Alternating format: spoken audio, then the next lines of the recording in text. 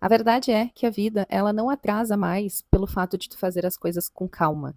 Se tu demorar 2 minutos a mais para fazer uma coisa, não quer dizer que agora atrasou tudo e tá perdido. Olá, sejam muito bem-vindos a mais um vídeo aqui do canal. E nesse vídeo a gente vai falar como a gente se acostumou a ter pressa nas coisas, a viver com pressa, a estar sempre correndo, quando muitas vezes a gente não precisa. Tudo bem, muitas vezes na correria do dia a dia a gente acaba fazendo as coisas mais rápido, mas a verdade é que muitas das vezes a gente não se dá por conta, entra num ciclo vicioso e começa a fazer tudo com pressa. Mesmo quando a gente não tem um prazo, mesmo quando não tem ninguém cobrando, a gente já entrou nesse ciclo e se acostumou com isso. E a pressa, ela virou o nosso novo ritmo normal. A gente se acostumou o nosso cérebro com isso, a viver desse jeito, a viver correndo, a viver no modo emergência, no modo de alerta. A gente aprendeu a viver com a nossa amígdala sempre tensa, nervosa.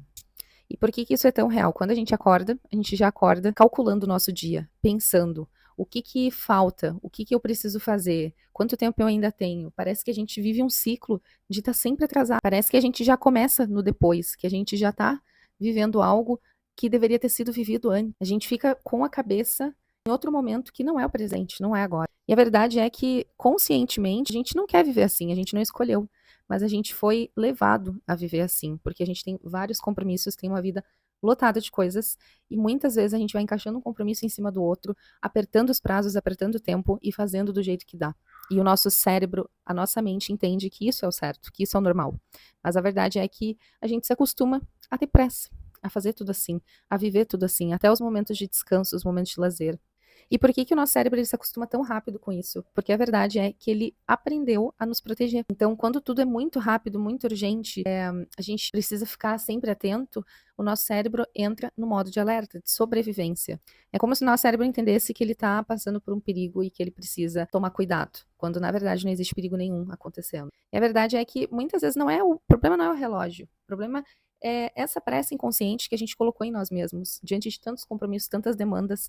A gente tem que se desdobrar em vários papéis, ser várias pessoas no nosso dia a dia. Então, existe a Amanda que está no trabalho, a Amanda que estuda, a Amanda que é filha, a Amanda que é namorada, a Amanda que é a Amanda para ela mesma. Então, cada momento do nosso dia, a gente exerce vários papéis. E nesses vários papéis, a gente acaba apressando um ao outro para dar tempo de ser todos no mesmo dia. Então, muitas vezes a gente já se pegou, e eu tenho certeza, e eu digo isso porque eu sou uma pessoa muito ansiosa, então eu faço muitas tarefas e muitas vezes a gente se pega até conversando muito rápido, sem paciência. A nossa tolerância, ela diminui muito, porque a gente tá sempre com pressa. Então a gente não tem tempo para ouvir as pessoas, a gente não tem tempo para esperar o café passar, a gente não tem tempo para se arrumar com calma, para prestar atenção nas coisas. E aí que vem aquela sensação de que, nossa, o tempo tá passando muito rápido, eu nem vi passar o tempo. Por que será que tu não viu? Talvez porque tu estivesse correndo, tu não estivesse presente ali, tu não estivesse com a intenção de estar aproveitando cada segundo daquele momento, entendendo o que está acontecendo, sentindo o cheiro, sentindo a textura, sentindo a visão, enxergando a quantidade de cores das coisas, dos momentos, vendo os detalhes, a nitidez de cada momento. E muitas vezes acontece da gente estar em algum lugar e a gente não estar fisicamente, mas a nossa cabeça está voando, está em outro lugar. E eu virei essa ficha na minha vida quando em um momento eu comecei a me questionar, nossa, mas eu realmente vivi isso? Parece que eu não lembro, parece que não era eu, parece que era outra pessoa, outra vida.